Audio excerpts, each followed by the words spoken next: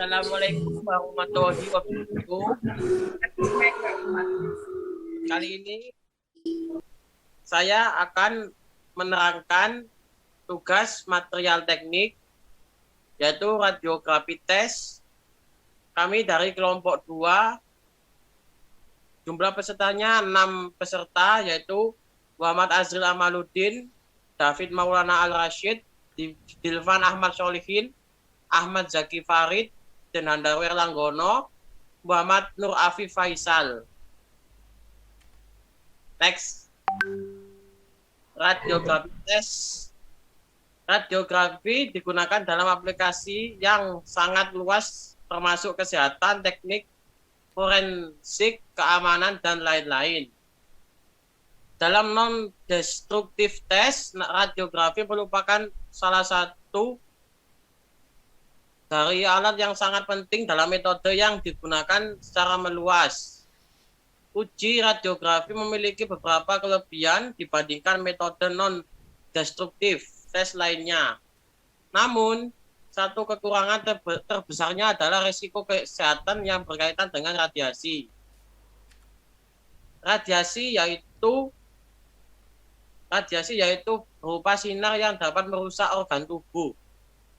Berikut adalah bagian-bagian dari generator sinar X seperti kabel sockets, X-ray tube insert, anode rotor, stator windings, anode output port, cathode transformer oil, expansion blows. Next. Katoda.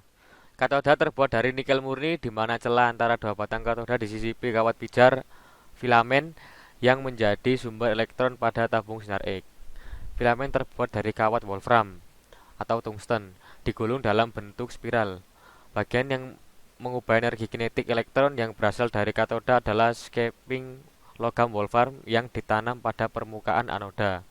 Arus yang diberikan pada tabung sinar X dalam kisaran miliampere. Logonya MA berfungsi untuk memijarkan filamen sehingga terbentuk awan elektron pada filamen. Selanjutnya, beda potensial dalam kisaran kilovoltage kV berfungsi memberikan energi kinetik pada elektron-elektron tersebut. B. Anoda. Anoda atau elektroda positif biasa juga disebut sebagai target jadi anoda. Di sini berfungsi sebagai tempat tumbukan elektron. Ada dua macam anoda yaitu anoda diam dan anoda putar. Anoda angle, sudut anoda adalah sudut pada permukaan bidang target yang dapat dijadikan pusat sumbu sinar yang terbentuk pada bidang atau area terbentuknya sinar X. Optimal anoda angle bergantung pada aplikasi klinis pemeriksaan. 1. Small anoda angle 7-9 derajat digunakan untuk ukuran objek pemeriksaan yang membutuhkan small field of view (FOV).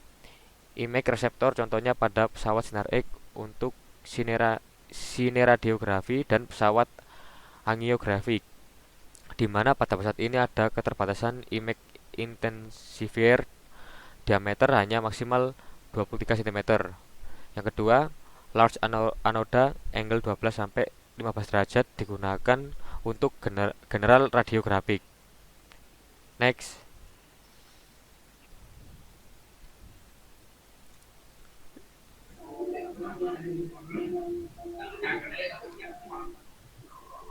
Focusing cup.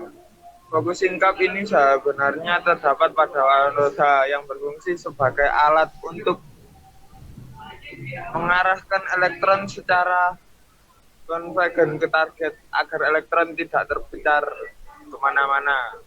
B. Rotor atau stator. Rotor atau stator ini terdapat pada bagian anoda yang berfungsi sebagai alat untuk memutar anoda.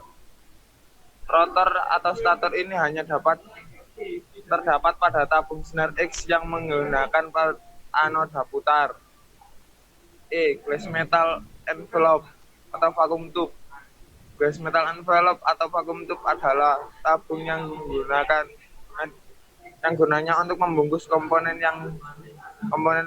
penghasil sinar X agar terjadi vakum dan atau kata lain menjadikan ruang hampa udara. F. Oil. Oil ini adalah komponen yang cukup penting dibandingkan sinar X. Penting ditabung sinar X karena saat elektron-elektron menabrak target pada anoda, energi kinetik elektron yang berputar menjadi sinar X hanyalah kurang dari 1%. Selebihnya berubah menjadi panas sampai 2000 derajat Celcius. Jadi di sini peran oil atau oli sebagai pendingin tabung sinar X. G. Window atau jendela adalah tempat keluarnya sinar X. Jendela ini terletak di bagian bawah tabung. Tabung bagian bawah ini dibuat lebih tipis dari tabung bagian atas. Hal ini dikarenakan agar sinar X dapat keluar. Next. Prinsip kerja pengujian radiografi. Pada radiografi, tes benda atau bagian yang akan dilakukan inspeksi diletakkan di antara sumber radiasi dan film yang sensitif. Sumber radiasi berasal dari mesin X-ray maupun sumber radio seperti IR 192, Ko60 dan CS 137. Bagian yang diinspeksi akan menahan radiasi yang ditembakkan berdasarkan perbedaan ketebalan benda tersebut. Prinsip pemancaran sumber radiasi ke benda kerja radiasi yang menembus benda inspeksi akan menghasilkan gambar seperti bayangan pada lembar film. Bayangan yang dihasilkan pada lembar film akan bervariasi tergantung dari jumlah radiasi yang menembus benda inspeksi dan mencapai lembar film. Bagian yang lebih gelap pada film menandakan intensitas radiasi yang tinggi, sedangkan pada bagian yang lebih terang menandakan intensitas radiasi yang rendah. Perbedaan gelap pada gambar dapat menunjukkan adanya cacat ataupun diskontinuitas pada bagian dalam benda inspeksi. Next.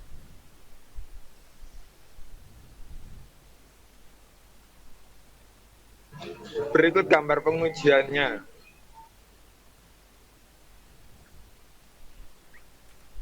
Next. Aplikasi pengujian radiografi. Radiografi digunakan luas pada dunia medis, teknik, forensik, keamanan, dan lain-lain. Dalam dunia medis, radiografi biasa digunakan untuk Röntgen, PET, positron emission tomography, dan MRI, magnetic resonance imaging. Sedangkan di dalam dunia teknik, radiografi tes digunakan pada NDT, non-destructive test, dan juga mendeteksi cacat pada las. Pengujian pipa menggunakan radiografi testing. Pada ilmu metalurgi, pengujian radiografi dilakukan untuk mengetahui cacat pada logam, misalnya mendeteksi cacat dalam las, yaitu digunakan untuk mendeteksi diskontinuitas dalam struktur internal las. Selain itu juga digunakan untuk mendeteksi porositas, inklusi, retak, dan void pada lasen tersebut. Next. Kelebihan dan kekurangan, monggo Mas Nur Afif. Kelebihan, kedua permukaan internal dan diskontinuitas dapat dideteksi. Yang kedua, variasi yang signifikan dalam komposisi dalam dideteksi. Yang ketiga, dapat digunakan untuk memeriksa daerah tersembunyi. Dalam kurung, akses langsung ke permukaan tidak diperlukan. Yang keempat, sangat sederhana atau tidak ada bagian yang perlu dipersiapkan. Yang kelima, akan diperoleh catatan uji permanen. Yang keenam, portabilitas yang baik, terutama sumber sinar gamma. Kekurangan. Yang pertama, berbahaya bagi operator dan personil lain di dekatnya. 5. Diperlukan keterampilan tingkat tinggi dan pengalaman untuk masalah pencahayaan dan interpretasi. Ketiga, proses ini umumnya berjalan dengan lambat. Yang keempat, sangat terarah atau sensitif terhadap orientasi cacat. Yang kelima, kedalaman diskontinuous tidak diindikasikan.